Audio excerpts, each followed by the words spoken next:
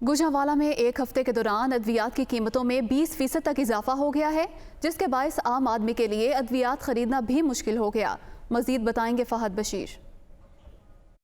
आज देखिए, गुजरांवाला में एक हफ्ते के दौरान अद्वियात की कीमतों में 20% तक इजाफा हुआ है, जिसकी वजह से शहरियों को काफ़ी मुश्किलात का सामना करना पड़ा है। अमराज कलब, जिगर, ब्लड प्रेशर, शुगर, नज़ला, ज़ुकाम, बुखार और जो दीगर जान बचाने वाली अद्वियात की कीमतों में इजाफे से शहरी खासे परेशान नज़र आ रहे हैं। अगर बात की जाए तो इंसुलिन की एक हफ्ता कबल जो इंसुलिन का इंजेक्शन है वो 1000 रुपये में मिल रहा था, जो कि अब 1250 रुपये में मार्केट में फ़रोख्त हो रहा है। इसके अलावा जो सिरिंज है 25 रुपये में सिरिंज मिल रही थी, अब वो भी जो है वो 45 से 50 रुपये में फ़रोख्त हो रही है। अद्वियात की कीमतों में इजाफे से शहरी जो है वो खासे परेशान। हमारे साथ कुछ शहरी भी मौजूद हैं, उनसे बात करते हैं। काफ़ी इजाफा हुआ है, थोड़ा बहुत अभी इजाफा हुआ है। जो चीज़ 1000 रुपये थी वो अब तकरीबन 1400 रुपये की हो गई है।